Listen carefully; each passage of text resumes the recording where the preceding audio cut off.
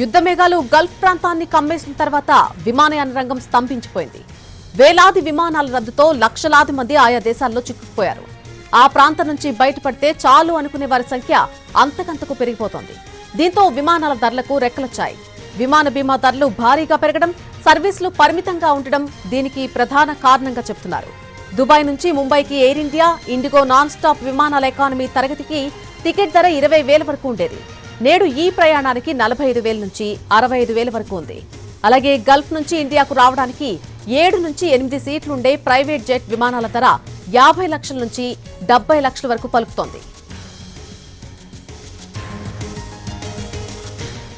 పశ్చిమాసియాలో యుద్ధంతో నౌకా రవాణా ఛార్జీలు కూడా భారీగా పెరిగాయి. యుద్ధానికి ముందుతో పోలిస్తే భారత్ గల్ఫ్ దేశాల మధ్య 3 రెట్లు పెరిగినట్టుగా భారతీయ ఎగుమతి సంఘాల సమైక్య ఫియో పేర్కొంది.